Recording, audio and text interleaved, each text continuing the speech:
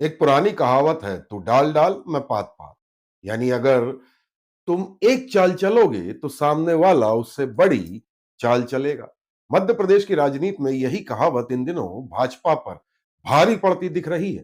फर्क बस इतना है कि इस राजनीतिक शतरंज में चाले मुख्यमंत्री मोहन यादव और उप मुख्यमंत्री राजेंद्र शुक्ल चल रहे हैं, ऐसा प्रतीत हो रहा है। और बीच में पिसते नजर आ रहे हैं देश के गृह मंत्री अमित शाह।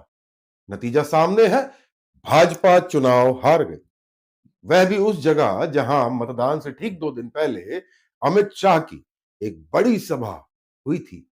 मामला है रीवा जिले की सिमरिया नगर परिषद अध्यक्ष उपचुनाव का। नतीजे 31 दिसंबर को आए और भाजपा अपनी सीट नहीं बचा पाई। यह चुनाव कई मायनों में खास था। पहली बार नगर परिषद अध्यक्ष का चुनाव प्रत्यक्ष पद्धति से हुआ और विंध्य की राजनीति में इसे प्रतिष्ठा का सवाल माना जा रहा था। भाजपा के गढ़ कहे जाने वाले विंध्य की राजधानी रीवा जिले की सिमरिया विधानसभा में भाजपा की हार ने कई सवाल खड़े कर दिए हैं। पार्टी सूत्रों के अनुसार इस चुनाव में भाजपा प्रत्याशी का चयन उप मुख्यमंत्री राजेंद्र शुक्ल की सहमति से हुआ था। यही नहीं, जीत की पूरी जिम्मेदारी भी राजेंद्र शुक्ल को ही सौंपी गई थी। इसी बीच 25 दिसंबर को अमित शाह का रीवा दौरा हुआ। बसामन मामा गांव में आयोजित कृषक सम्मेलन में भाजपा नेताओं ने उत्साह भर दिया। पार्टी को लगने लगा कि अब तो चुनाव औपचारिकता भर है, सरकार भी अपनी, प्रशासन भी अपना, हार की कोई गुंजाइश नहीं। लेकिन नतीजे ठीक उलट आए, कांग्रेस जीत गई। कांग्रेस जिला अध्यक्ष राजेंद्र शर्मा ने इस जीत को सीधे सीधे अमित शाह के दौरे से जोड़ते हुए इसे भाजपा की बड़ी राजनीतिक विफलता करार दिया है। जीत इसलिए और महत्वपूर्ण है क्योंकि चुनाव के 3 दिन 4 दिन पहले वहां देश के गृह मंत्री अमित शाह भी आए, उसी क्षेत्र में आए। वहां से 5 किलोमीटर 6 किलोमीटर दूर उनकी सभा थी, पर उनकी सभा के बाद भी कोई भी वातावरण भारतीय जनता पार्टी के पक्ष में नहीं बन पाया। उनका कहना है कि जिस जगह चुनाव था वहां से महज 5 किलोमीटर दूर अमित शाह की बड़ी सभा हुई, फिर भी भाजपा प्रत्याशी हार गया। भाजपा की ओर से इस हार पर अभी तक कोई आधिकारिक प्रतिक्रिया नहीं आई है, लेकिन राजनीतिक गलियारों में चर्चा तेज है कि यह हार मोहन यादव और राजेंद्र शुक्ल के बीच चल रही अंदरूनी खींचतान का नतीजा है। विंध्य में यह चर्चा नई नहीं है कि मुख्यमंत्री मोहन यादव उप मुख्यमंत्री राजेंद्र शुक्ल को सहज रूप से स्वीकार नहीं करते। इसका एक संकेत 19 सितंबर को तुइथर विधानसभा क्षेत्र में हुए कार्यक्रम में भी देखा गया था, जहां राजेंद्र शुक्ल को कथित तौर पर राजनीतिक असहजता का सामना करना पड़ा था। कहा जाता है उसी स्थिति का राजनीतिक जवाब देने के लिए राजेंद्र शुक्ल अमित शाह को रीवा बुला लाए। अब सवाल उठता है, जब सरकार भाजपा की थी, प्रशासन भाजपा के अधीन था और केंद्रीय गृह मंत्री खुद मैदान में थे, तब यह चुनाव हारा कैसे?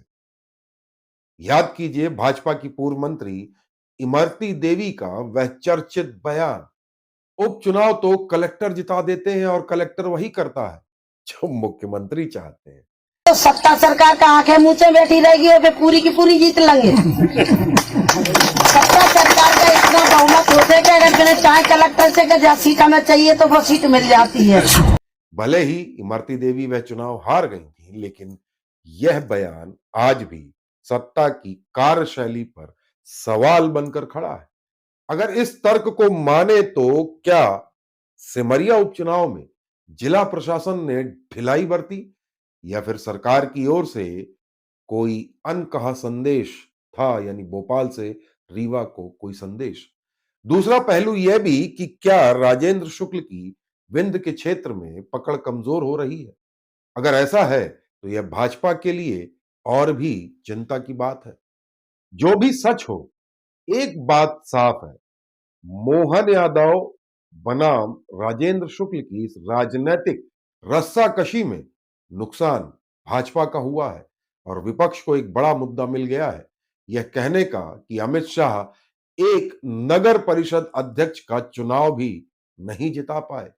हालांकि तकनीकी रूप से अमित शाह का यह दौरा चुनावी नहीं था, लेकिन समय, स्थान और विषय तीनों देखें तो इसे चुनाव से अलग नहीं किया जा सकता। यह कृषक सम्मेलन था और सिमरिया नगर परिषद के करीब 13,000 मतदाताओं में से 80 से 90% किसान ही हैं। कुल मिलाकर तू डाल डाल मैं पात पात की राजनीति में इस बार दांव संभवतः उल्टा पड़ गया और इस सियासी उलझन में अमित शाह खुद फंसते नजर आ रहे हैं।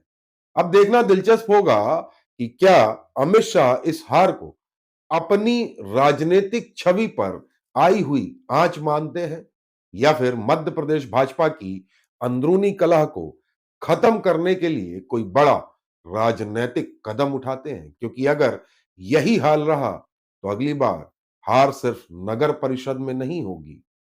हालांकि मध्य प्रदेश की राजनीतिक स्थिति बहुत स्थिर नजर नहीं आ रही है।